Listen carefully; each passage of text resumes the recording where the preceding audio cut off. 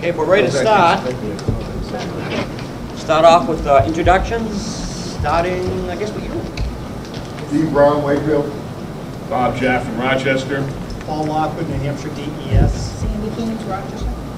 Rick Healy, Rochester. And Ormond, Rochester. Well, here's New Hampshire DOT. Tori Parley, Northwood. Brian Tapscott, Somersworth. Cynthia Copeland, Strafford Regional. Brian DeGuzis, Coast. Jeremy LaRose, Coast Infrared. Ed Comeau, Brookfield. Greg Jones, Strafford Regional Planning. Samantha Nash, Rochester Regional. Dan Kamara, Strafford Regional Planning. Mark DeGuzis, Strafford Regional Planning. Thank you. Now the staff communications, Greg. I just want to take a second to introduce one of our new interns, Samantha. Samantha, you want to? Yeah, my name is Samantha Nash. I'm here for the summer. I just graduated from Maine Maritime Academy with a degree in marine biology, so I'm having a lot of fun here. We actually have another new intern who's in New Durham collecting culvert data this morning. It's Eric Hill. He's an environmental sciences major at UNH. So we've got two teams of interns this summer and collecting a lot of data. So thank you. Okay. Item 3, we need a motion to approve the minutes of the June 21st, 2013 meeting for the MPO meeting. I'll make a motion that we adopt the minutes as presented. Motion by Ken, second by? Yep. Victoria. All in favor say aye. Aye. Opposed? Abstain? Abstain, right? Yeah. Okay. All right. Item 4, discussion items. 4.1, an update of federal congestion mitigation air quality guidelines for moving ahead for progress in the 21st century. I assume Mark is going to take it from there, right, Mark? I'm gonna jump on this topic. I guess starting out, I made just a quick handout, and I think there was also a handout in the meeting packet about the Congestion Mitigation Air Quality Program, or CMAQ, is the acronym we use for it. A couple of the basics about the program. Well, I guess first off, this program is becoming relevant right now in New Hampshire because it was, I guess, New Hampshire DOT had planned to hold a congestion mitigation air quality grant round either this summer or this fall. I think it is going to be pushed back a little bit now until after the 10-year plan process has been completed, resolved, and so I'm not entirely sure. Maybe Glenn, you could provide a little bit more light on when it is, if it's going to be after January or after next June.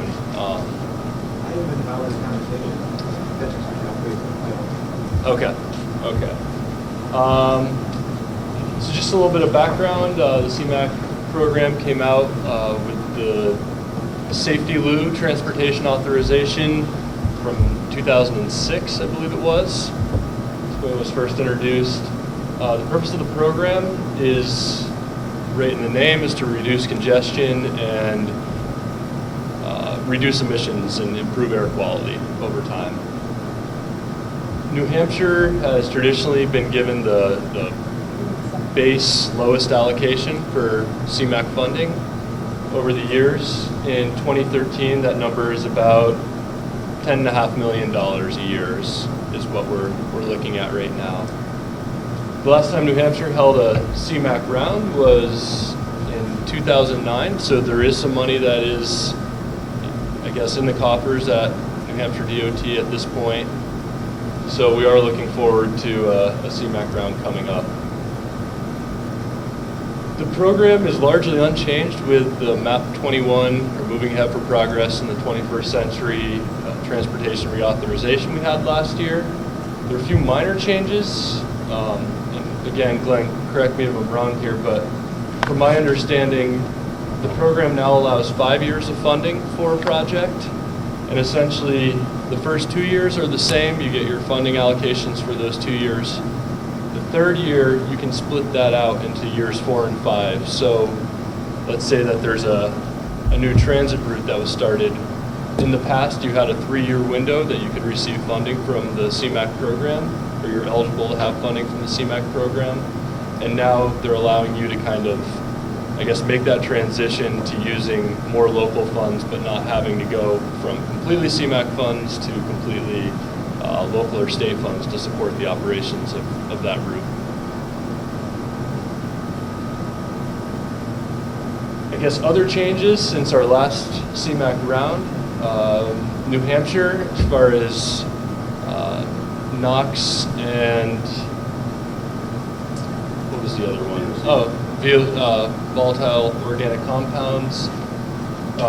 We have met our emissions budget for a few years running now. We recently became a maintenance area instead of a non-attainment area. So basically this means we're still eligible for these funds, but we no longer need to be using them to get below a certain threshold. We just need to maintain that threshold that we're at right now.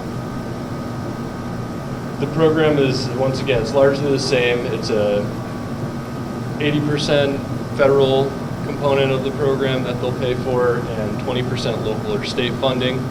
Traditionally, we've used this for projects that, again, reduce congestion, maybe signal timing, things like that, signal coordination for traffic signals.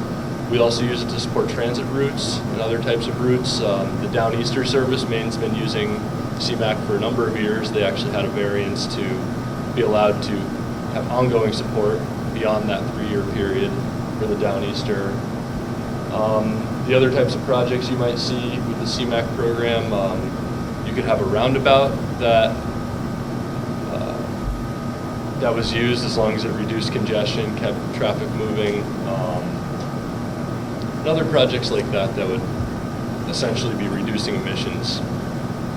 And so that's basically what I have about the program now. If anybody has any questions, I'll do my best to field them. I'd just like to add that our region and the Seacoast in general has been really successful in using the CMAQ funds to put in place new park and rides. So the whole Portsmouth Transportation Center and the Dover Park and Ride, the Rochester Park and Ride, the plan for Lee Park and Ride, those have all been funded through CMAQ, as has capital for Wildcat Transit buses for the purchase of their vehicles. And I should also mention that right now in our region, our transit providers have spoken to us about, first off, the kind of long period of time since the last grant round, and it's becoming somewhat problematic because there is a serious need, especially in this region and in Rockingham, to replace a lot of the aging buses that we have in the region. I know that C&J Transportation has a need to replace buses for their Dover and Portsmouth to Boston routes, the daily commuter routes, and they need that funding so that they can continue operating these services. I also know that I'm pretty sure that Coast has a need for capital investments in new buses and diesel retrofits and other things, and UNH has the same need. We also have a park and ride project in Lee that DOT is currently working on, doing the design plans, and they will be seeking CMAQ funding for that project as soon as we have the opportunity to. So we may be putting together a letter at some point soon to just remind DOT about the need in the region and see if there's any way that we can expedite the process for the grant round, or maybe have an interim kind of rolling grant round to make sure that we have our needs met for transit. I know that the funds were only available to non-attainment, and now that they're maintenance areas, does that broaden things out to other towns that maybe might even be on the verge of being non-attainment or would like to maintain like that? I think, I should clarify somewhat. You traditionally were allowed to do some ride share and some ITS systems, the information technology systems, intelligent transportation systems, and you can do those statewide, from my understanding. Because we're a maintenance area now, I think New Hampshire DOT is trying to sort out the details about how CMAQ funding is going to be spread around the state. I don't know if that's 100% clear yet, but now, yes, technically, I think more places in the state are eligible to receive these funds. Any other questions? Mark? Yep, go ahead. Mark, can you explain the 50% of the CMAQ funding can be moved to support other funding programs? Yep, this is part of the language, I guess the laws that we have surrounding CMAQ and other funding programs. So the federal aid program is basically the whole package of funding that New Hampshire receives from federal highways and federal transit. This big package, which is about $150 million a year, it's split into a bunch of smaller categories, National Highway System, STP, some bridge programs, the CMAQ program, Highway Safety Improvement Program, and a number of other programs. Essentially, out of that $10.5 million that we receive annually dedicated to the CMAQ program, DOT is allowed to flex out up to 50% of that, and that's basically shifting the funding from the CMAQ program for those purposes to things like maintenance and preservation of our road systems and our bridges. They can also shift it to other areas within the federal aid program as a whole. They're not allowed to move the entire portion of funding because I think it is still an initiative to use this funding for the purpose it's kind of designated for, but they are allowing some flexibility so states that have needs, like New Hampshire, we certainly have preservation and maintenance needs. We have the ability to use those funds where we really need to use them. So that's all up to DOT? All up to DOT or partially up to the legislators. I'm not entirely sure how that works. It's pretty much, I think it's under DOT authority, much like about it. Yeah. The idea of NAP 21, a little more flexibility for states in that funding because all the states have a lot of needs in terms of preservation, maintenance, and different areas of needs. And so under MAP 21, they're really helping us, or providing the flexibility to make sure that we can focus the money on the transportation needs of the whole transportation network, from air quality with the preservation and maintenance. As we all know, in New Hampshire, our preservation and maintenance needs are always growing, and we're not keeping up with them. So this helps us. If we do need the money, it provides us the ability to flex it out. And once again, we haven't had a round in so long that there is quite a bit of CMAQ money sitting, I think, unspent right now, that some of it's being flexed to other purposes where it's perceived that the need is greater at this point. When was that done last? Does a committee meet and they decide? How does that process? There is a CMAQ committee. I'm aware of it, but not involved with them. There is a committee that will sit down and decide how much money we have and when they want to open that money back up to a round. There's some ongoing projects. Sometimes the money's already kind of pre-allocated, so they don't want to get to the point where we're pushing projects 5, 10 years down the list. We want to get us so if you do get a grant, that the money's available to you now, not 5 years from now. So I think we're playing a little catch up with the money, as I understand it. So it's still kind of way out all the lot what's going on. Under the new regulations of MAP 21, we're still trying to sort out pieces out. When there's an assigned amount of grant funding for a project under CMAQ, and then that project cost rises, like the TIP amendment occurs, what happens to that grant money? Does it also balloon, or do we just lose the rest of it? What happens to that grant? That's up to the committee, but I understand a lot of times they do fund those. They run over, they do try to fund those because we already invested so much money into them that we try to continue to make sure that project does come to completion. But we're working towards better planning, so we don't do that anymore. And that's been an issue with all our projects, but we're trying to work towards planning, a better planning process to eliminate that. Where do they actually meet?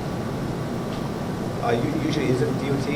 I think it's made up of government councils, some guest people on that, All that the team. regional planning commissions. Regional planning commissions, DOT. Typically meetings are at DOT. Thank you.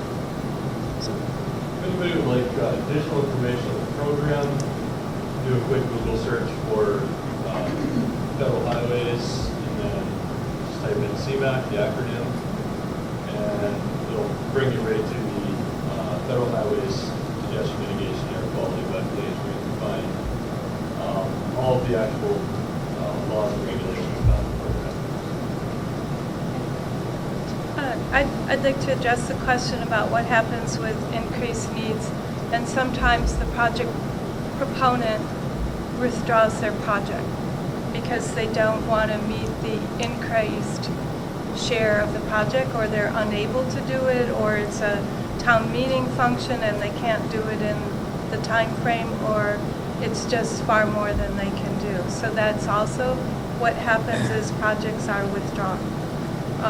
And the second thing is, I know it's really important for us to look at when DOT is flexing these dollars, that we also look at our needs for transit in the state, and we've been really successful, particularly in our region, and Wildcat and Coast and C&J and the Downeaster and our communities have been extremely successful in securing CMAC fundings for multiple decades.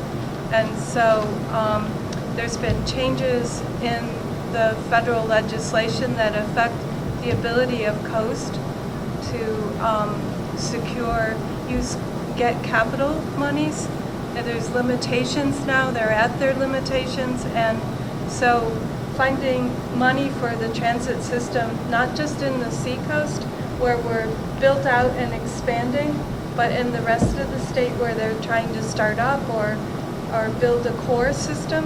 This is really important right now for the businesses and citizens of this state. So right up there with preservation and maintenance.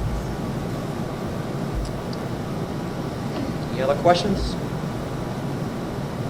Seeing none, move on to 4.2, the New Hampshire Department of Transportation viewer presentation pending the Hampshire DOT availability. Dan, how did we make out? I think we did pretty good here. Okay. Let me chime in on this one, huh? Yeah, Glenn is prepared for his presentation, so he's gonna take over here. All right.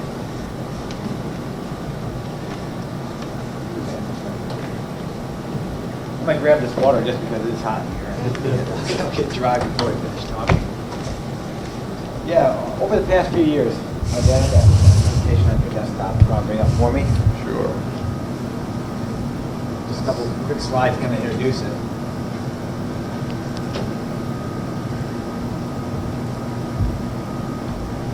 For a while now, we've had some needs with DOT to really, an emphasis to get our project information out to the public, make people more aware of what we're doing, be more transparent of where our projects are and what we've been doing. So our GIS planning section at DOT kind of heard that. Also, we've had some business needs that we were hearing about the DOT. People, even our internal people need access to this project information in a quick format, a quick way of getting to it versus going through file drawers. I can explain the process. We have these big books of plans, of maps by county. And they flip this big book that's probably 3 feet by 2.5 feet. I'm sure you guys seen it. It's all crayons drawn where the projects are. And they flip it, and they look at the coloring, and they get the number, and they go to these big pigeonhole files and pull the plans back out. This is efficient. And then they go to the file drawers and pull out all the file information. That wasn't really too efficient. And every time one of our plan and design consultants come in, they go through the same process. We're constantly getting calls to our department asking for, we have a New Hampshire business one-stop out there for business saying, hey, I want to start a business, or I'm trying to find land, or I'm trying to find what the right-of-way is for the land, and our guys go to work in that big book, pulling files from these little pigeonholes, plans, and pulling files out of archive file boxes. We thought we could do better. So that's the purpose behind this whole map. So what we heard the needs were is quick access to project information, ability to search for projects quickly. Our director gave us a 3-click maximum to get what he wanted.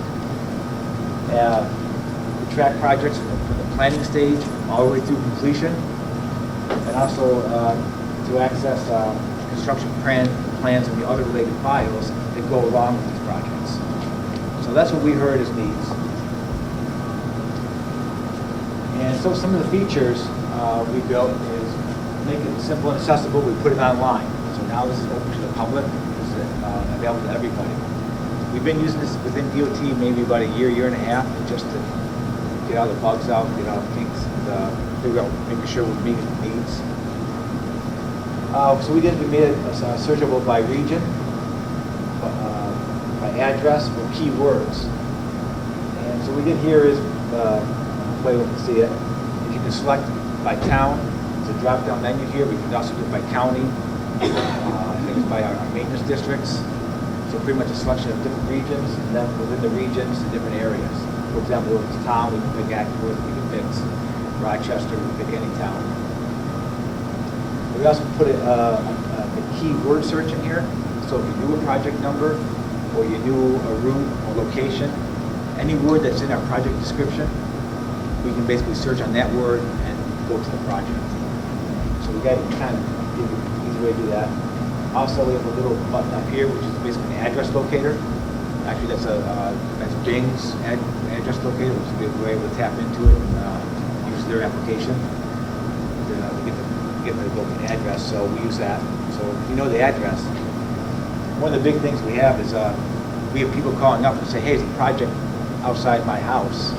What's going on? And they're calling out commissioner and directors. And they just look and say, well, now, they said, where do you live? And they go through this whole question. Now they do is just type the address in, they zoom into the map. Now they know they can look around the house and see if it's our project, and maybe get to the information very quickly.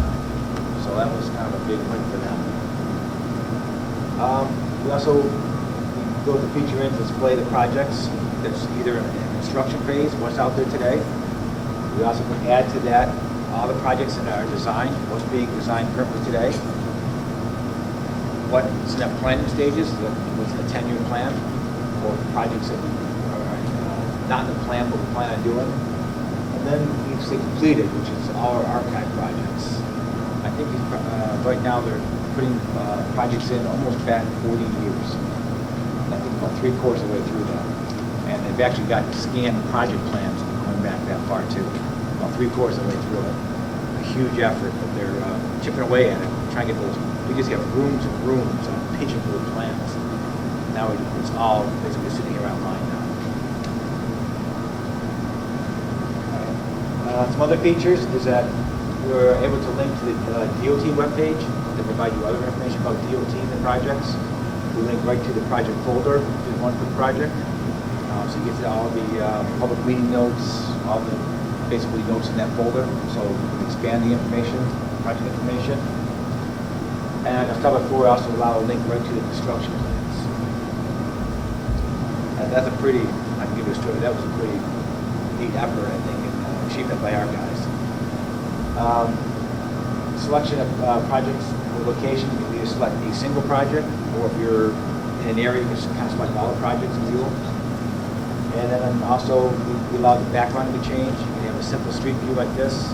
We allow the aerial view to be put in the background, or topological view in the background. And if you're wondering how to get there, I'm going to give you a demo of this in a second. I just want to just give you an overview of what's going on. You can come to the New Hampshire DOT page, click on the government section, get to DOT, which will get you to our project center, which will get you to our DOT project map system. So it is accessible to the public. And if you don't want to do all that, just take this address and be right there. It's a lot simpler. But I just want to get it out there. I can ask Dan to put this on his webpage or something, so if you forget how to get there or you can't navigate to it, just take a few clicks here and there. You can still do that. So if Dan wants to see how good my instructions are, I'll let him try to navigate it. rather just copy and paste the link in the. Or I copy and paste the link and save it. Go do it. Yeah, okay. Yeah, work your way down. All right. Show. COT, go to. NH.gov.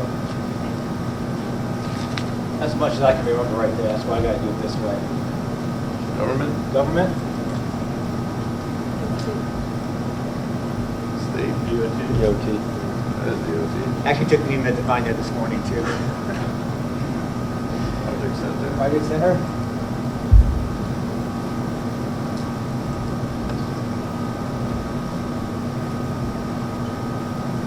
First time it comes up, it does take up a little bit. I think it's loading things onto your PC. It's pretty quick once it comes up.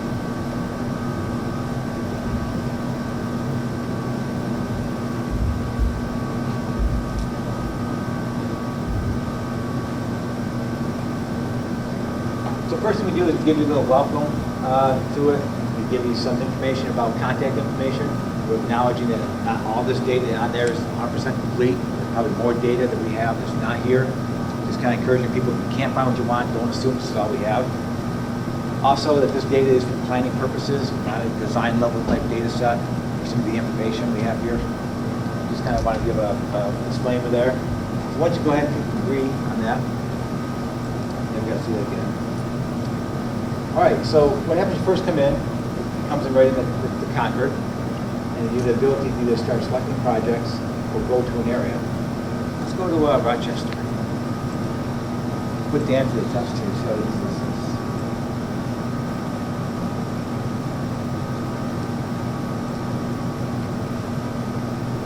So the next thing we have is we zoom to Rochester. Now we're looking at all the projects in construction. Let's say we want to see what's in design and in planning right now. Click what's on. You can see we color code it. We do provide the legend up in the top bar. Yep.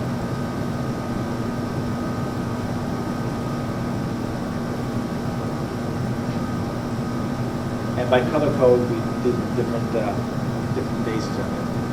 I just want to let you know, this is all built within DOT, our GIS planning session. They built this map from the ground up. So what we like about it is if we aren't meeting everyone's needs, if we have the ability to make the changes ourselves or add features to this, I just want to put that out to you folks.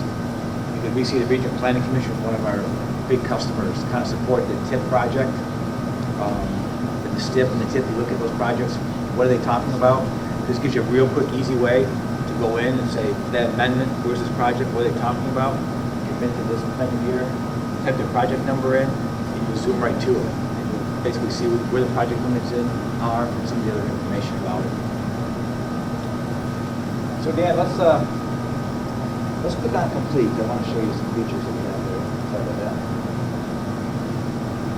Yep. So if I want to look at this whole, say, I want to look at projects right around this area here. What Dan can do is either select a single project, right to it, or pick a rectangle and draw a box around the different areas. And what comes up is basically a window of everything that was selected. And this information in this window kind of varies a little bit because the old projects, like the P projects, as you know, real old projects, we don't have a lot. We're pulling this data from our data warehouse. And a lot of the old projects don't have the archive data. So we display as much data as we can. And based on the different phases of the we have different information. For example, a project in planning, we have some information about it. When it goes to design, we can add more information. We have like bid date and bid dates, when it's going to be construction, how long, money, contact people. So as the project moves through different phases, we can actually add information to it. So Glenn, is it possible for you to sort of focus in on one or two projects in Rochester, either the park and ride on Washington Street through 202, or the work that's being done at Strafford Square right downtown? Those are two projects we were talking about in Rochester. Let's go for it. Either if we know our project number, we can enter it, or Dan can kind of zoom in. It should be in your location thing. You put park and ride in there, or you want to go back to that you know where it is, Dan, or you want to? So we have a couple key words here. Okay, Strafford, It's where? Yes.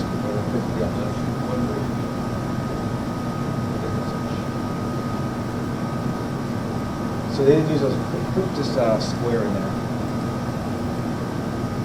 is this just searching now in Rochester for those? No, it's searching statewide. That's one thing it does right now.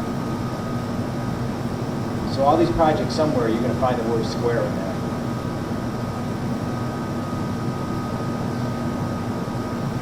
Looks like the 202 parking ride's on there. Yeah. Let's try, let's see, it looks like that would be in design, right? I think it's in planning, yeah. Let me select on that.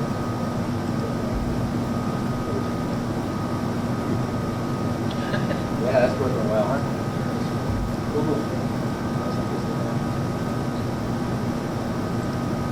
He jumped into the Sanford Bridge dam also. Alan probably has more information.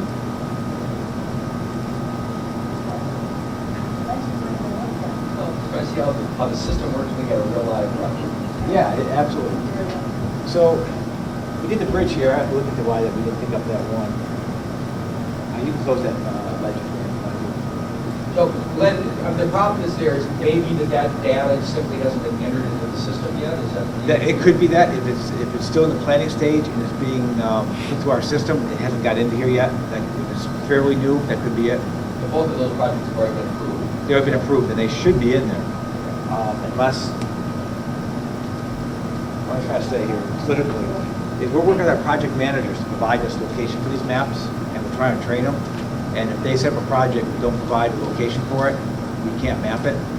And these are situations where people call up and say, we can't keep hounding them, so we're gonna let the public feedback. So given the fact that this is a new initiative, Yep. and there will be bumps in the road before all of the information gets in, one of the things that would really be helpful is if you can have some contact information, so that if we are looking for a project that don't exist, we can't find the information, who do we contact to say there's this? Right in that front screen, there's some contact information. Okay. One thing I don't have, which I gotta build in here, is that once the screen goes away, you lose the contact information.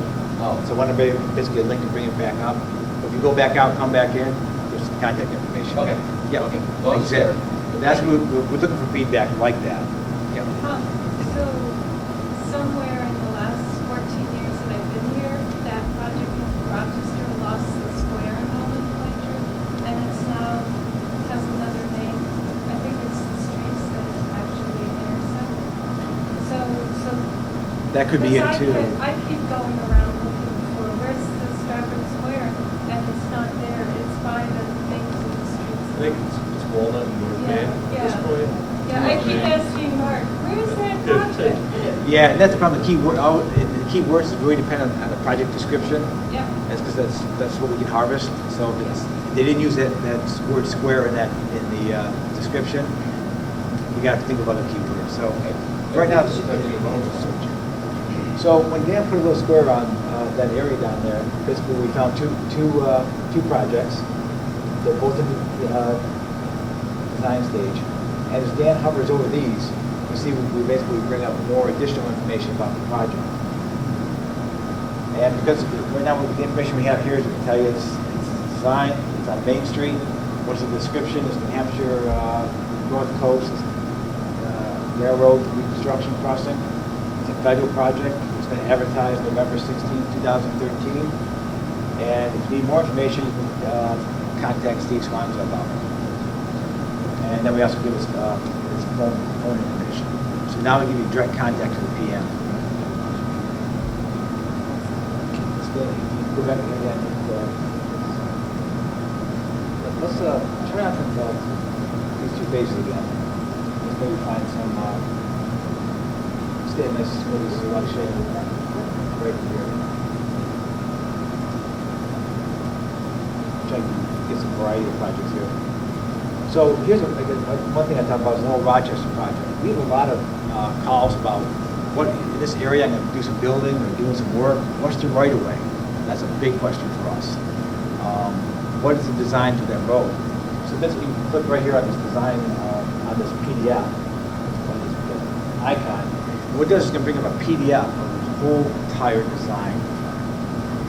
And what our guys did, I thought was clever, is they scanned each of our design sheets into TIFFs, just a single TIFF, scan TIFF. So our guys, if they wanted to find the plan, they get to go through a file folder with maybe 75 TIFFs in there and keep clicking on them until they get to where they want. One of our guys went in there and took the TIFFs, burned the PDFs, and combined all the PDFs into one. He does this nightly automatically. Then we serve it up here. The first time you bring it up, it's a little bit slower, then it gets a little quicker. But, so it's pretty clever. So basically put the whole design plan. I believe they're actually going to put down the Memorial Bridge plans on this thing. That was something one of them.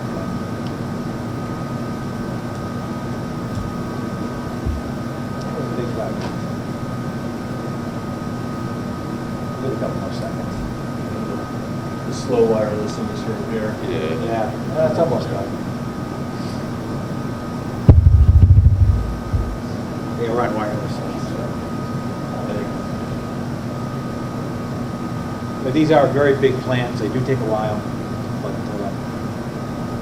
basically provide a lot of information. There they are. You can basically scroll down this thing, you'll see everything we have in that project. And this is one of our internal folks use this all the time because they need to get access to these old plans. It just makes it really fast. So we have the right-of-way plans. We have the, So is that project we go road? Went away? Is that it?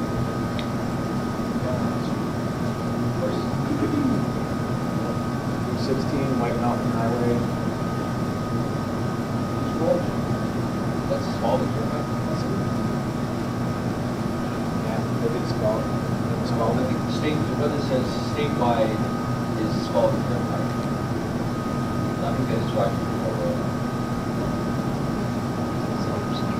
So I thought, yeah, when I saw the elevation change. Right, yeah. Up and down. Well, if it says Route 16, that's, but remember, our Rochester or used to be Route 16 before it became a runaway. Yeah, because of that number, that. Yeah, we don't, what would be nice here maybe is a date or something. Yeah. Because I know because the prefix is a P, that we haven't used Ps in 15 years, 20 years or something. Yeah. So any P projects. But still, this is tremendous information having it available. This is great. Yeah, it seems to be a lot of needs. Yeah, let's find a project in construction. There's Strafford Square right here. It didn't recognize square because it says SQ. Yeah, but Walnut would have got us there though. Yep. That's a good news. Yeah, so we searched that. So we do have it in there. And again, we have some contact information about it. And if it's actually in design, we do give add dates and bid dates. I know we've had some call for, actually construction people would like to see dollars design cost in there too, construction cost. They get a lot of calls on that. They thought it'd be very handy to have it here, and we're trying to figure out what information to put out there and how to harvest it. Another question, in terms of the currency of the information, this stuff is just uploaded. For example, the one you were looking at a moment ago, might have been from years and years and years ago. In this particular case, you've got the contact name. Is that still the contact person, or might that have been originally the contact person? Nope.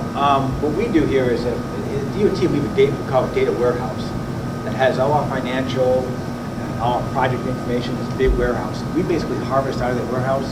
That warehouse is the most current data we have in the DOT. And so we're not, the nice part about this is basically we're linking to all the original sources of data.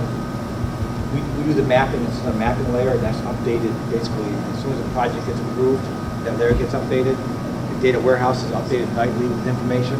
We just pull all the source information in. So these aren't, they're not really, as live as we can get in this data set. Can you search by like the whole road? Basically, I'm seeing that having like all the projects that you order as part of the requirement plan, extremely helpful. How would you do search for that? If you want to just come Route 4, again, our box is a square, so we just can't just outline it. Yeah. What you can do is something to search for like Route 4, but you get, only problem is you have a RT4, you have the word spelled out for, you have ROTE4. That's about the best way we do now. Brainstorming, I love doing this, is that instead of being a box, we had a rectangle. So you can define two sides of it, outline Route 4 or something. Or maybe have a, up in our, put that here. By region, we might also have by route. We basically pick a route. So maybe we had somewhere in here, a route, you can pick a single route within a town, and see all the projects in that. That's an idea.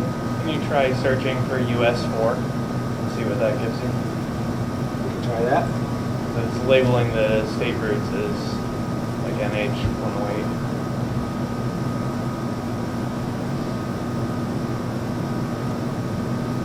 A lot of projects.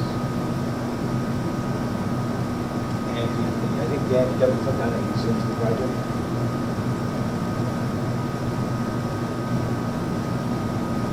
So it's one way of doing it. So you might take a couple shots that it says Route 4, US 4, things like that. But you can probably get there. So do you have regions for MPOs and RPCs? Is that what you could choose? I can't remember, but we can check right now. If not, we can. That's why I get excited about some of these things. We don't right now, but I know we can. That would be great. We'll add that to it. So Lynn, these get, you said you pull directly from the data warehouse, so, and you save new data at the warehouse on a nightly basis. So is this updated nightly? This is updated nightly. Okay, great. So this data is about 24 hours old.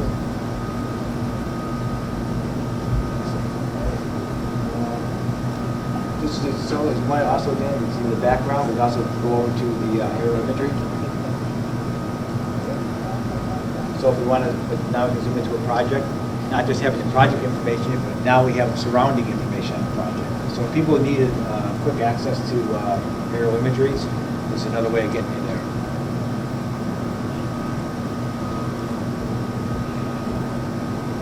I got you guys, I know we talk about the STIP amendments, and people say, I can see people scratching their head, because I do, I don't know the area, I live here, but there's still projects that I'm aware of. It'd be really handy for us to jump in. And here we go, one in construction, see we begin construction, contact names, plans, descriptions.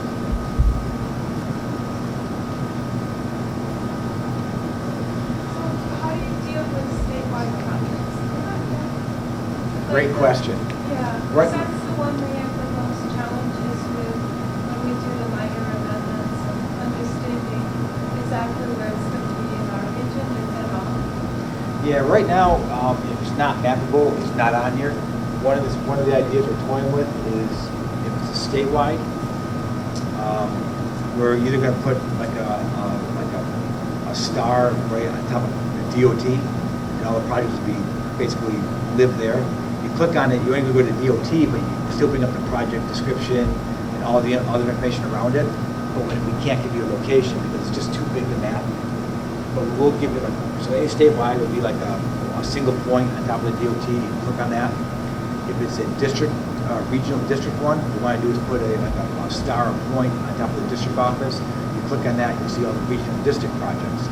So if you're doing a guardrail project or resurfacing, and it's basically gone out by proposal, you can link to the proposal, so at least by reading it, you'll know what they're going to be working on.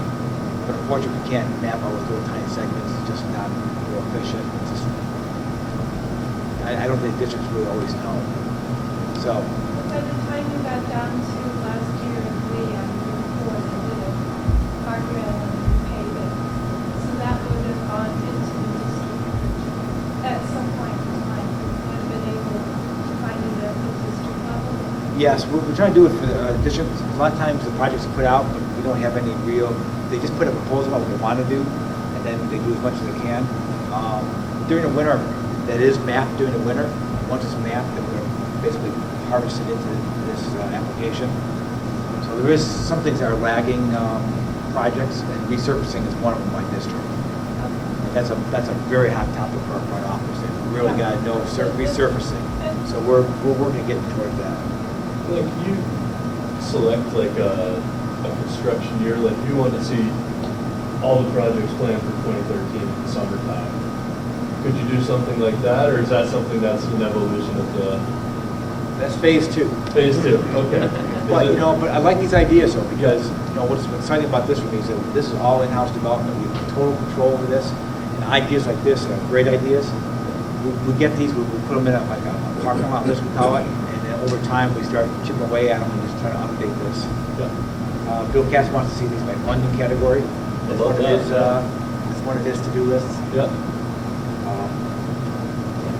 But this is federally and state-funded projects, but it doesn't include locally funded projects, or it doesn't? It does include like the state aid highway, state aid bridge, but locals do it, we don't. And partly it's because we don't have the information in our warehouse to pull information back out. Someday, maybe. I like the idea, though, that a lot, that we would know all the projects going on in the state. All work. All work. Contain any of the 95 Florida historical data? Yep. It does. And would you be sharing that data with this commission? Basically, this is a statewide map. All the data in the state's available to everybody. I think he's referring to the I-95 coalition. Oh, coalition information? Yeah, we're requesting you to sign up so that we can Yeah. have access. If you know Strafford, we won't stop until we hear you say you bought it. Yeah, well, that's good, though. That's good. Yeah, it's gonna help you. Yeah, we don't own, it's gonna help me personally. We don't have that, but getting maybe a link to that coalition information, if we do that something off of here to help supplement this information, that's a possibility. But that's really not our, that's our TMC's area of expertise, not ours. Did I interpret that right? I don't, our group doesn't have control of that data or information. That's our Transportation Management Center. Right, but we'd like you to purchase it so that we all have access to it. I like the idea. I think DOT would like that idea. I think it's finding the funding is one of our issues. But every time I do see Denise over there, our head of CMC, I do bring it up. She just kind of nods her head. Denise Marcos, you know her? Yeah. She spearheads the TMC, and she'd be. I'm sorry, but I see a connection between CMAC and air quality and air mitigation. I mean, I'm just sort of pushing the window right now, but it seems like there would be benefit. A lot of the projects in our ITS, if you have the data, you could do signal coordination on a larger area. Seems like the data could really help you out. Oh, I do too. There's no question about that. It's just. And in a pool of 10.5 million, that's pretty cheap. For getting this. I think. Not giving up. But again, it is competing. You got to remember, it is competing with other things. It's competing, that part of that money is competing with coast money, UNH money, and other things we're doing too. So we always have to balance that out. Just be aware of it. So the other thing we're going to show you is the address locator. You know the address of this building, and just type it in.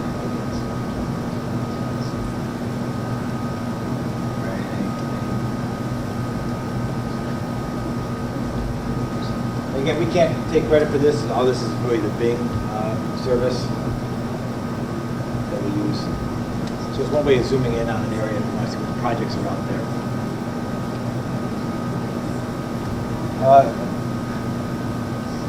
So what are those scores? Is that just proximity? Basically, yeah. Basically, with that address, it returned. I think a search area. Yeah. Just to make sure you got everything. Yeah. So be 100%. Just to make sure it's 100%. Yeah. It probably takes anything with like a certain confidence level of that address. Yeah. I can't remember. I remember reading it, but yeah. I was just happy to get there in the first place. Glenn, lottery minds want to know, what's TNC stand for? Oh, Traffic Management Center. Okay. So thank you. The acronym So that's where all the cameras in the state feed into on the roadways. That's the room with the big TV, the big screens up front, everyone can see it.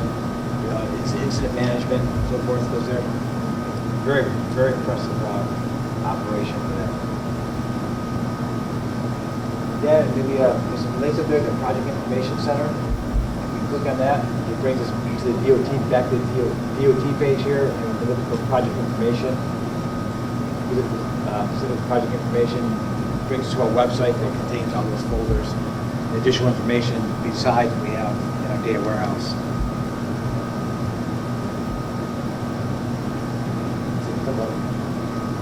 And Rochester,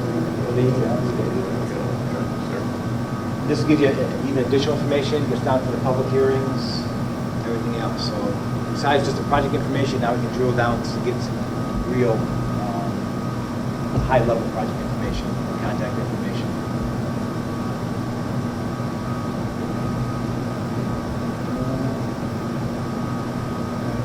Go back. I think this brings us to the DOT webpage. It's a high level, you can find something else about what's going on.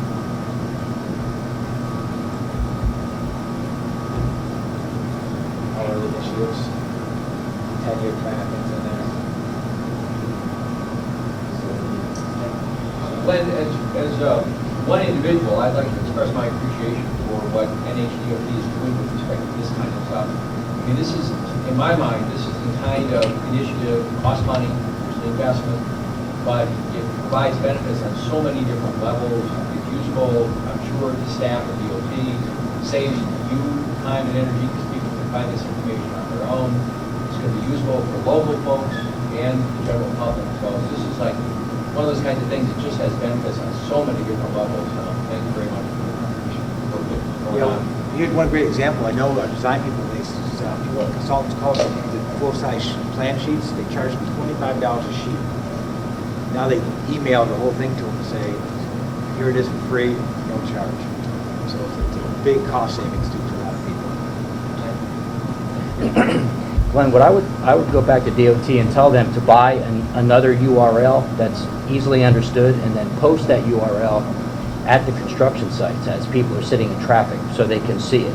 Second thing is, because that's too confusing, you're going through so many layers to get to this, nobody's going to do it. So I would buy another URL and post it at the construction site. Another thing I'd ask, is this a mobile version or is it a non-mobile version? While they're sitting in their cars, they can use their smartphone and get the whole history of the road. This is what we call a Flex application. So it sits on top of a Flex client, Adobe Flex, on your web browser. And I don't know if that's supported by smartphone or not. I know I've tried bringing it up and I wasn't able to. But, Well, that would be a good addition for the riding public. I do. I think this gets out there, advertising to the public, trying to buy what's going on with my project. The guys at Construction Show really want their phone number out there. But I'll be a hero at the DOT in no time for this one. That URL. If I don't come back, you guys know why. But is there a link on the 511 site also to get to that project information stuff? I don't know, but another fantastic idea. Great. Yeah, we're pretty proud of this. We like to get it out there as much as we can, get people using this. So with each of these fantastic ideas, Glenn, that come from this area, so that idea will have a little acknowledgement that this was a fantastic idea. We can do that too. Absolutely. The link, yeah. Yeah, we have to work with like DOIT to get this out there. We build it, they publish it, so it might take some thought or work, but it's a great idea, and I'd like to see it a lot simpler. We can just go to it. A new URL is like very cheap. Yeah, it is. New Hampshire Project Viewer. Project Viewer, something real simple to get to it. It's just an alias to what this is. It's not a. Quick question, change subject. How long is that whole project going to be starting with the bridge completion? Beyond that, see more bridge abutments being built and completed in, and they're clearing widths all the way down. Cynthia has the answer. She There we go. I gotta wait that long. 2017 for most of the project, the General Sullivan Bridge is 2019. So, All right. Is there anything else on the viewer? You want to back that viewer first like that? See, I'm trying to think if I missed anything here. You can close this. Close that down. How can we integrate with our online data and all of our data that we're putting together? Yeah, that's a good question. It probably wouldn't be through this application. Now, for this room only, Dan, if you change this word project viewer to roads, what Cynthia says is something we were working on. I'll look at the right name.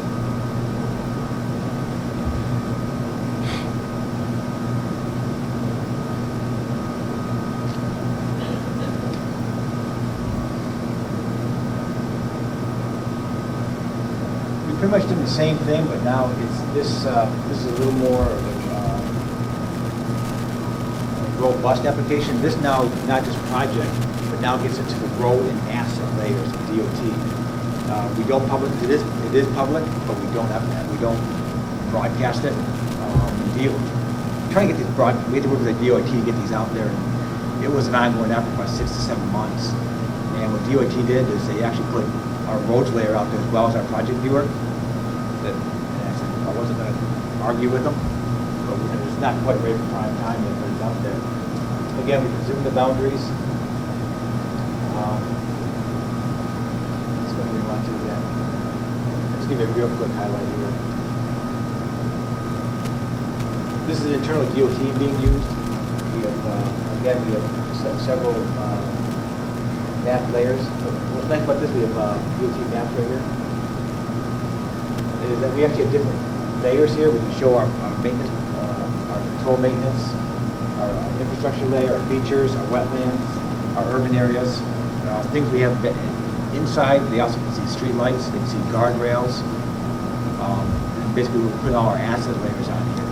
So that's where your information would come into us, and it would become a layer within this mapping here.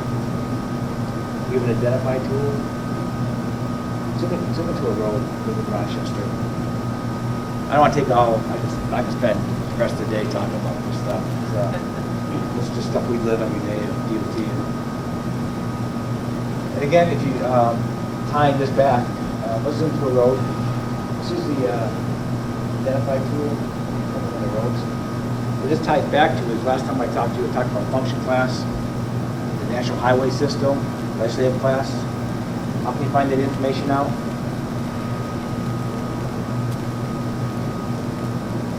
So you click on a road, and now we're basically giving you all our road inventory information. And all the things I talked about before are now online for anyone to get their hands on. This is great. Yeah. So what the process of doing is kind of vetting out the information we want to put out there. Right now it has very little information because we have a lot of information DOT that not everyone cares about, or DOT really doesn't want to share. Not that we don't want to share, it's just that it's just too confusing for the public to digest. So we're trying to figure out what we should show, how we want to show it, and we're still teasing those out over time. But we have, our street attributes, for example, has, I think we carry almost 60 attributes about roads. Here we're just showing maybe a dozen of ones that may be of interest to people. So over time we want to vet this out, socialize it with RPCs and DOT and find out what exactly we want. And then what we'll do is make this public to everyone. If Dan wants to copy that link, you guys can have all access to it. Glenn, on the counter ID, Yep. is that just places where there's a permanent counter, or is that like your web page where it gives the most recent counts in different locations? That's basically an annual snapshot data that we submit to Federal Highway. We just take that, we put it here. And it's more of a flow map type data. And what that is for our traffic counts, is they have permanent counters and temporary counters of the roadway. Then from there, they say this counter covers these sections of roadway. Right. And that's where the that's where the number comes from. comes from a counter location, it's kind of, they just keep spreading it out to a bunch to the next one. And then basically, from that, we get a statewide coverage of the ADTs. Now, having local road counts on here, that's one thing we push hard to try to get from the regional planning commissions and post them on here. Right now, it's just for state routes. You know, counter ID is against the RPC if they want to know, or someone wants to go in and find out what counter we have reference to it. Right. Is that useful to the average person on the outside? Probably not, but good information for you folks. So we got to figure out what we want to put on and what we don't. Again, you can see here, this is a function class 16 road, less than class 5, so we know it's a town road, it's a other principal arterial. We know who owns it, town maintains it. Town owns it and maintains it. We don't plow level for it. We can tell you the length of it, street name. You also have the milepost designator, and I think we're all familiar with that, like on the turnpikes, but those are not, I mean, there aren't places where, how does that get, 14.102 or whatever, that's, you know, talk about what that That's means. what it is, that's the .13 is the section length of that roadway. Again, click on it, it's a piece of roadway highlight. The Right. section of roadway is typically between two intersections. Oh, okay. So the section of road he picked was between two intersections, and that's the length of the roadway. Thank you. And based on the whole group, we know the beginning milepost of the road, that section of roadway, and the end milepost of the section of roadway. And we basically calibrate the GIS system internally with those numbers. Yes, thank you. Glenn, what's legislative class? That was from, this is a state designation of roadways. We classify roadways basically 1 through 6. Class 1, 2, 3 are state roads. 1 is state primary, 2 is state secondary, and 3 is state recreational roads. 4 is the compact road we talked about. It's a state route that's managed by municipalities. And then class 5 is basically a local road. And class 6 we call it's a local road that's subject to bars and gates and maintenance. So it doesn't have to be maintained. It could be just an old road that's not kept up anymore, or just a road that has a gate across it, a wire road or something. I just never heard it called legislative class. I heard class, but not legislative. Yeah, because we have function class, we have all the different classes, we put legislative classes, just, that's our branding of it. And that's what we have today.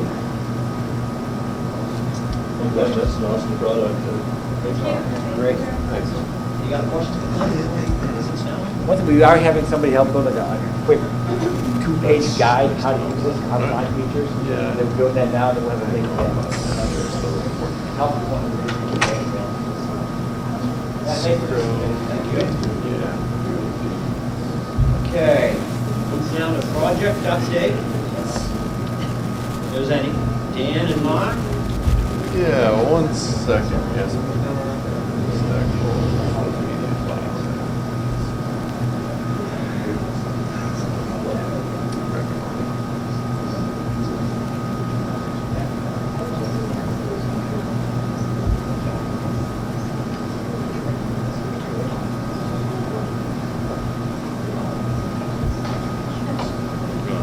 Fire this up. Sure, yeah. So, let's see, the beginning of July, Mark and I attended a training for what's called Synchro. Synchro is actually a traffic simulation model that can help you coordinate signals, figure out signal timings, compare say a regular signalized intersection with a roundabout.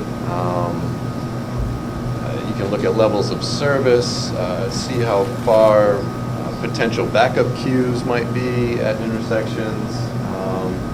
So it's a very, very powerful model that can help you maximize efficiency on your roadways without having to do expensive projects like, to increase capacity and things like that. So with simple signal timing adjustments or basically minor fixes, you can help to increase efficiency on your roadways. And this model and this software can help you do that. So Mark and I, again, last week, we attended a training session down in Boston, and we got a good overview of this, and we've actually started, started putting it to use. This is just a simple example that we created from Somersworth. This is the intersection of High Street and Stackpole Road, where they just built their new elementary school. We chose this because we actually had some turning movement data a couple of years back. Somersworth asked us to collect some turning movement data for a number of these intersections here to see what the additional load of traffic on the roadway might be because of the school going in there. So what Mark and I did is just we built this the way it's configured, threw in some turning movement numbers, played around with some settings, and we just recorded a simple video. We'll just play this here. And all it does is it basically shows you how traffic's moving. It's sped up a little bit, so the car's moving a little bit faster than they should be. But Faster than 35 miles an hour. sure, exactly. Yeah. But it's a good way to see where your potential problems might be. You know, how far cars might be backing up. Can you explain why the cars change color when they come through the intersection? Yeah, the different colors basically tell you which way a car is trying to move. Oh. So a car that's white as it's approaching an intersection is going to be going through the intersection. A car that's light blue is going to be turning left at an intersection. A car that's yellow is going to be turning right. Once it turns green, that means it's exiting the system. It's going to be leaving. So it's just, it tells you in advance which way it's going to be moving or which way it's trying to move through that intersection.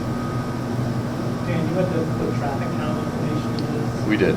Yep. We actually changed the numbers quite a bit to create a little more congestion because this intersection actually works pretty well. Not terribly exciting to watch with the pure numbers. One of the other nice features about this software is we can really go in and kind of evaluate different alternatives. Like, you know, maybe we want a left-only lane rather than like a straight or a through left lane, combined lane. And you can do those types of things. You can tweak signal timing to kind of maximize the capacity you can fit through. It's pretty interesting stuff. And like this scenario here, you can see this is actually where one of the Somersworth's new schools was built. It's already been built. We didn't have any newer aerial data, but the idea of this was really to see if on Stackpole Road we were going to increase the traffic volume to the extent that we'd have some congestion issues once the school is built. So this is actually the after construction scenario we have showing here. Things are working pretty well. At some point, we're probably going to try to use this to build networks for the more populated downtown areas. So Rochester, Somersworth, Dover, maybe Newmarket, and Durham also. But we'd be happy to talk with communities to work with them using this software. It takes a little while.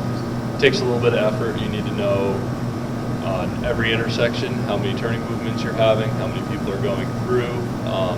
So it does take a good amount of effort, but this is essentially what a consultant would do when they are making recommendations. Is they would go out in the field, they would build a system like this, they would get actual numbers, and then turn it into some kind of scenario to make some assessments about the transportation system. So we do have that capability now, just to put that out there to communities. And you set this for the difference between peak and non-peak hours? Yep, we would, essentially what we'd do is we would build the base model with all the road segments and intersection timings already programmed in, and then we could adjust the traffic flow for different times of the day, and we'd evaluate on a number of different times of the day so you can see what it would look like at, you know, your free traffic flowing at night, your PM peak, your AM peak, and probably a middle of the day time. It would be a real pipe dream, but there's no way we would ever get emissions data out of this? I think it does actually produce emissions data. It's probably not terribly accurate, but it talks about how many gallons of fuel, I believe how many gallons of fuel are being used when you're sitting at lights, if you have congestion, things like that. There are some limitations. It's not great at handling, or at this point it can't handle fixed route bus services, so we couldn't say that a bus runs on Route 9 but doesn't turn down Stockpole. That's something we can't do quite yet, but they're making some fixes. You can put in some pedestrian data, and you can put in a pedestrian cycle at your light, or a pedestrian phase at your light to simulate what would happen in that situation. You can't do sidewalks. You can't do, a complete streets model at this point. So we're hoping as it moves forward, it's going to be better for handling a wider variety of kind of situations, especially in, a downtown area or something like that. At this point, it's going to be pretty good for helping with routes like 108 when you're going through Dover up through Rochester, even in Newmarket and through Durham. It's going to be really nice for Route 9, modeling the Somersworth downtown, maybe looking at some of those issues with the bridge. We just have it looping right now too, so it's going back to the beginning of the recording. But it's pretty interesting stuff. It takes a little while to get the work done, but this took us about, an hour and a half, 2 hours to get together. So it's not too much effort.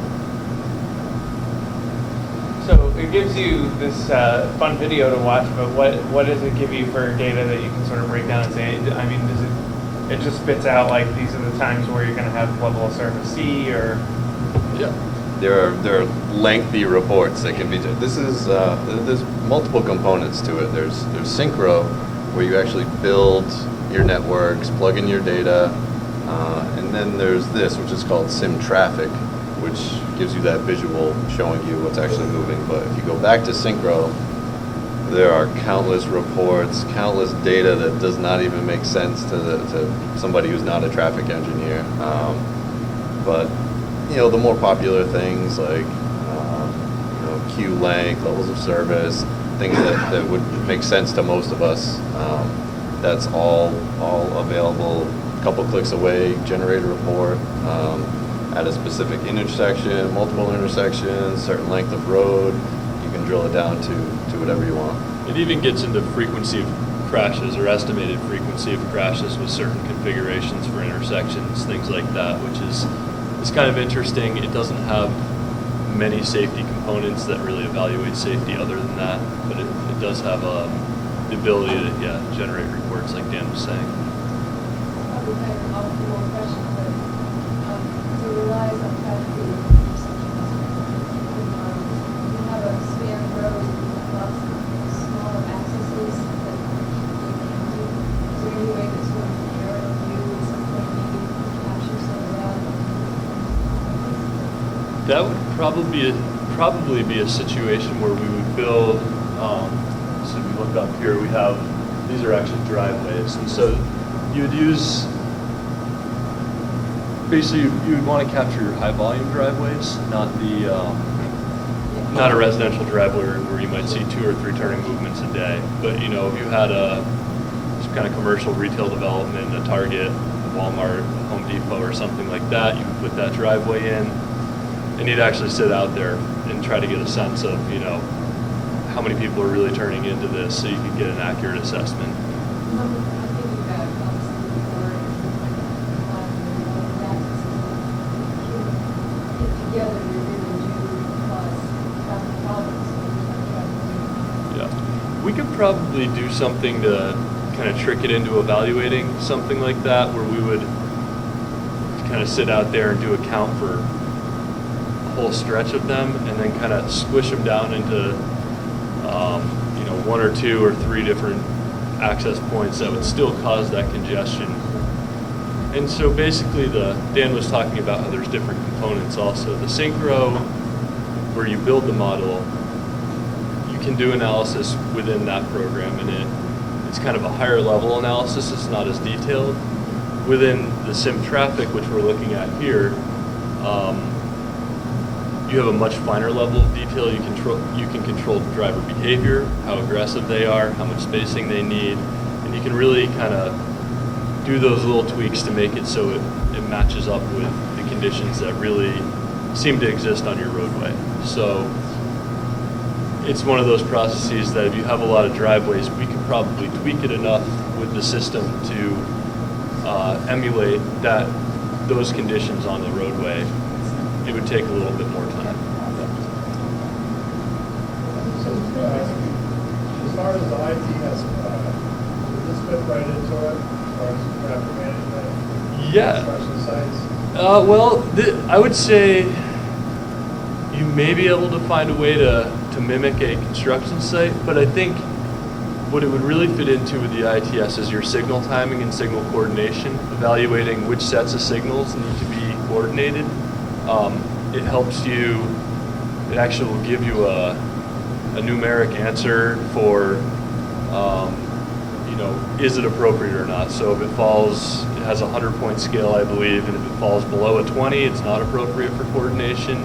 And there are a lot of variables that are involved with those calculations, but primarily it's distance between the intersections, it's traffic volume, and some other things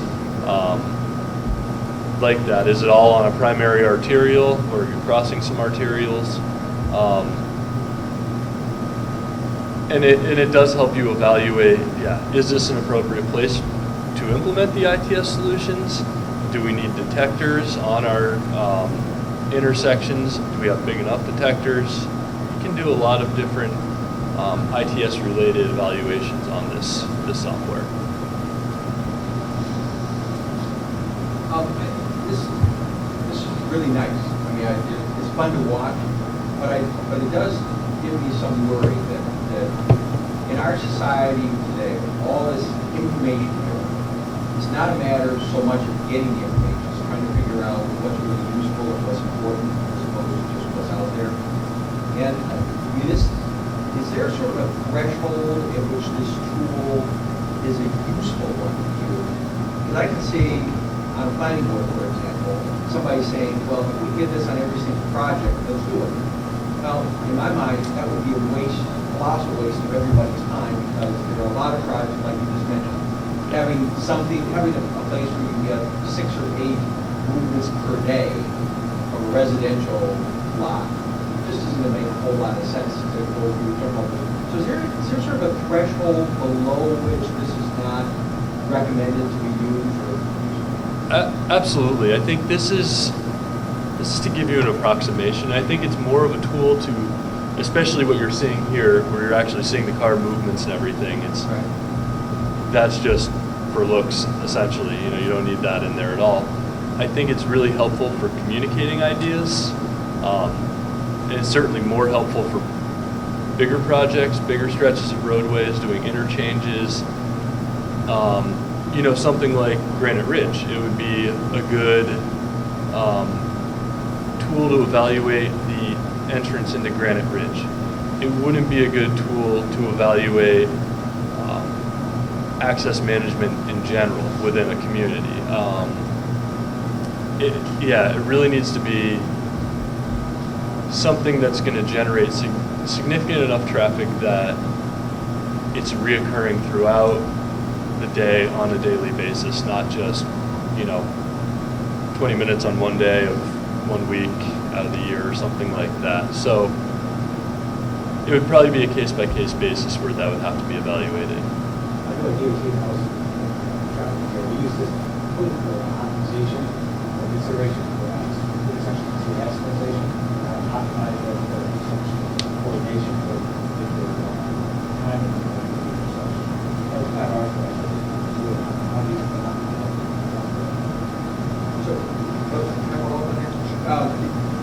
Are you proposing to make sure that in terms of our service area that you let the public works departments or whoever in the community is responsible for signalization kind of decisions, that they might know that something like this is available? I mean, that seems like the kind of tool that could allow for some fairly fine tuning that could end up having some pretty significant impacts. This is a tool that would be, I think, especially internally where you're controlling, where a city or a town is controlling their own signals and their own timings. Right. It's very powerful, and I think it would help an awful lot with, intersections that, maybe haven't been tuned in 20 years, and you need to adjust that signalization, you can tweak this so much. It's pretty unbelievable. I mean, you can make it completely outrageous to absolutely optimized for the exact conditions, and then you can vary those conditions over the course of the day. So if in your control box you have the ability to put in, 5 or 6 different tunings, if you will, for your system, you can evaluate all of those for your different traffic needs over the course of the day, and it will really give you some, I think, pretty precise answers. Glenn, you may know more about how much precision this has, but as far as, can we trust it? What's our level of confidence for these optimization recommendations that it's providing? Yeah, that's pretty good. We were all pretty trust the street. Opposite systems look pretty good. When it comes to holding signals, a lot depends on where the truck is coming from, how many energy gallons per week. Yep. Instead of those things, try to monitor every single road. And in fact, get fuel. It does pretty good. I mean, I think for optimization, it's the best tool out there. Yep. Definitely, the optimizer is based on some software, our guys go out and watch it. Then we can do a little, just a few seconds here and there. Maybe watch it for 3 days and see if we can do better. It's one of those things where, your results coming out are as good as your data going in. So if you have good data going in, you're able to get better results and your more precise timings and things like that to really optimize your system. And you can test some different things too, which is kind of interesting. Like you can do lag timings where instead of your green arrows being at the beginning of the cycle, you can see what does it look like when you pull one up at the end of the cycle rather than at the beginning. Do we deal with our queues better that way? Are we clearing out our storage space beforehand? Things like that, which maybe aren't obvious at when you first look at a problem. A lot of the time, it can really help draw those things to light when you watch a couple of these scenarios that it shows you, and you're like, oh, I'm getting queuing here that's too deep for us to even get cars into the lane to make the turn, and things like that. You can really start picking those things out because you're getting that kind of bird's eye view of what's happening. I like this thing that it was awesome. It's got a little handy for the matrix, leading versus lagging, different time, watch, feel how, look at very quickly, see which one is the most efficient. A lot of times people don't know the lessons in the matrix, start going to doses. There's actually leading lagging, 30 seconds, 60 seconds. Yep. What would happen in the scenarios, really put into the equipment, which again, it's a basic way to start, but not how we I also think it's cost effective because instead of having a company doing synchro, now the planning commission and what I'm going to do these small intersections. Yeah. Absolutely. We're a lot cheaper than a lot of the consultants that are out there today. So. You can remember. Yeah.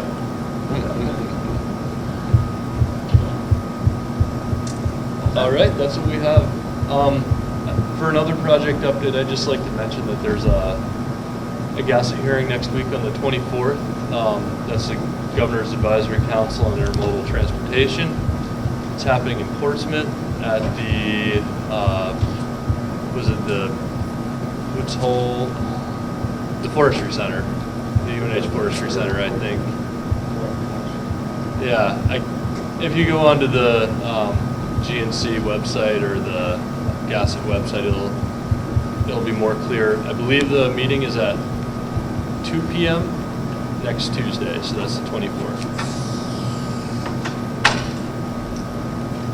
And they're talking about the tenure. That's not the only one for this area. No. This is preliminary before the real 10-year plan meetings start, but I think it's kind of gearing things up for the 10-year plan process. Okay. Thank you, guys. Anyone else have the project updates to talk about? Oh. I believe Brad would normally take this opportunity to just mention briefly. Unfortunately, next week we enter a round of public hearings as mandated by FTA because Coast is in the unfortunate position of having to cut some services that the city of Dover does not have the financial commitment to sustain.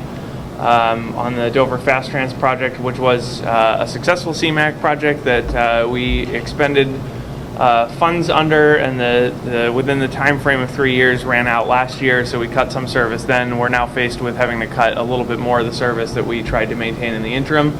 And additionally, just due to rising costs and communities struggling to provide the amount of match requests that we need, we're also looking at a fare increase on the remaining Fast Trans portion and the Portsmouth trolley system, which has long run at a very substantially reduced fare because of Portsmouth and P's financial contribution to that service. So we'll be holding those sessions in Dover and Portsmouth next week, and expecting to take board action in August.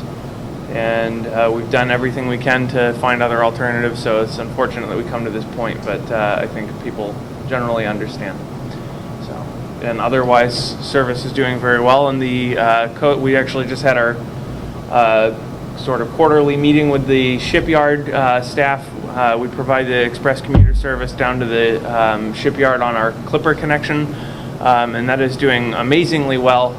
Very exciting opportunity there. And the buses coming out of Rochester, Somersworth, and Dover are all nearly full, or at least more than half, and that within the first year and a half of a project. That's fantastic. So those are going really well.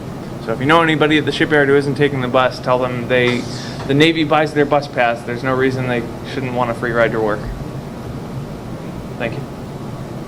Okay, thank you. Moving on to other business. Does anyone have anything else to talk about that's here today? Yes, we got a request from David Priest at Southern Regional Planning Commission. I don't think I got that right.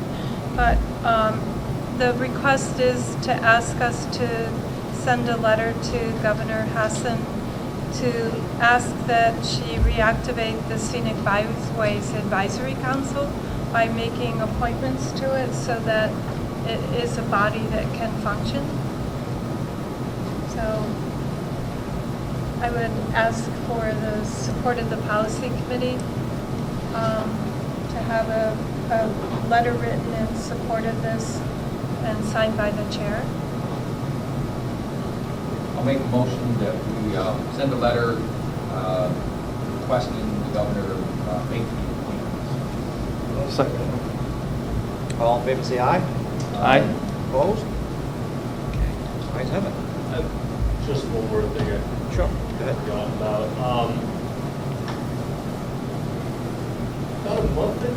About a month ago, we went down to New Hampshire DOT to talk about the 10-year plan. Dan and I went down to help them score projects from our 10-year plan list. We had about 60 projects on it originally, and we were helping DOT score projects that were eligible for National Highway System funding, so that limited us to a couple of the major routes in our region. From that process, I have the number of National Highway Systems projects listed by each RPC or MPO. As you can see, we have 7, according to our estimates, to the tune of about $9 million. The estimates for our full available funding are here in column B, and we're looking at about $53 million over the course of the 10 years, was the estimate DOT gave us back in April, I believe.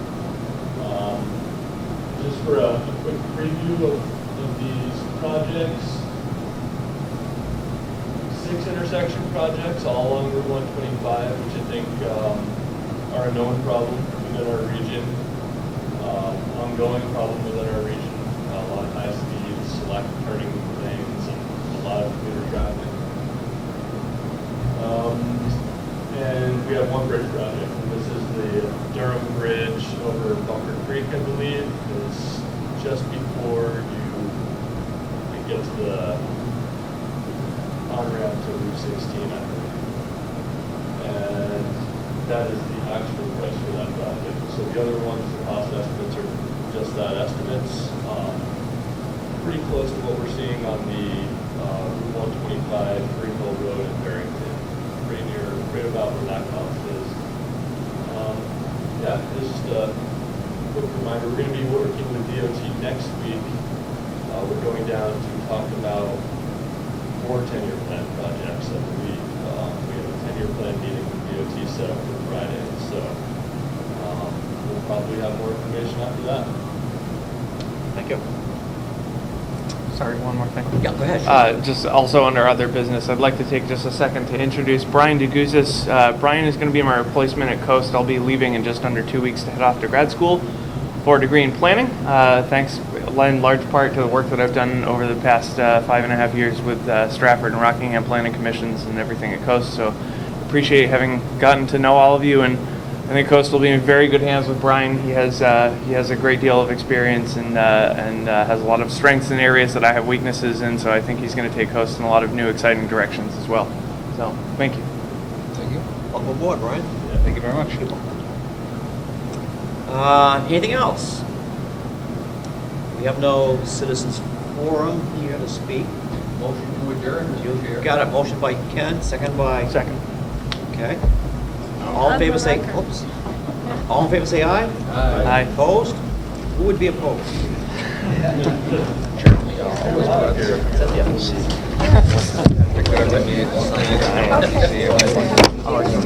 I usually actually try to make the motion, but someone always gets to it for me.